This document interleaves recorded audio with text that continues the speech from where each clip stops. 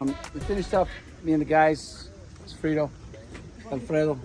We finished up the wall. You can see the wall here. It's almost, in some areas, 6.5, 7 foot tall.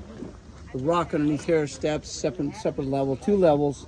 And then we did the thing all in here.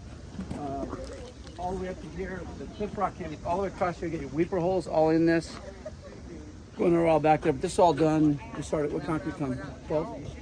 1 o'clock. 1 o'clock today? It was 1 o'clock. Yes, so 1 o'clock, it's about 6 o'clock today. So 4 guys, 5 guys. How many hours? 5 hours? Yep.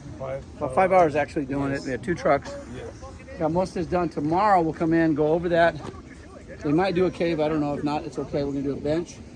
Fire pit, steps going all the way to the top. So tomorrow we should be finished up in the morning and rock and roll. So we thought we'd show you what's going on. Look at the lake, how nice it is. A good sunlight. And you see there it is, the waterfall. Look how nice they have the tall ships today. Waterfall down there. It's nice. All right, guys. I'll see you next time.